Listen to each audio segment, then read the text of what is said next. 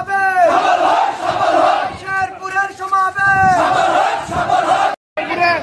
সফলভাবে যায় এবং রাব্বি যে নির্দেশনা দেয় সেই নির্দেশনা মেনে আমরা ইনশাল্লাহ সমাবেশ সফল করে আবার আমরা সীমাবাড়িতে ফিরবো। এই বলে আমি এবার এ পর্যায়ে বক্তব্য দেওয়ার জন্য বলছি যুবদলের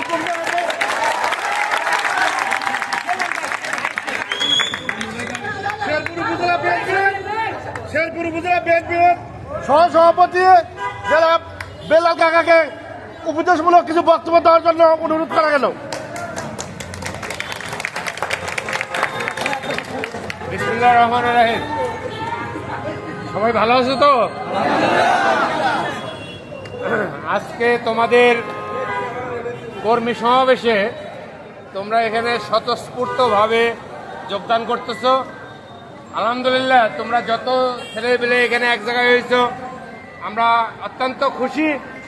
তোমরা সুন্দরভাবে এখানে সীমাবাড়ির পক্ষ থেকে যাচ্ছ। তোমরা ওখানে সবাই একসঙ্গে থাকবে এবং তোমরা যে একজোট সেটা যেন ওখানে বুঝতে পারে সেইভাবে তোমরা ওখানে স্লোগান হোক, মানে তোমার ওখানে ব্যানার হোক, সমস্ত সবাই একসঙ্গে থাকবে,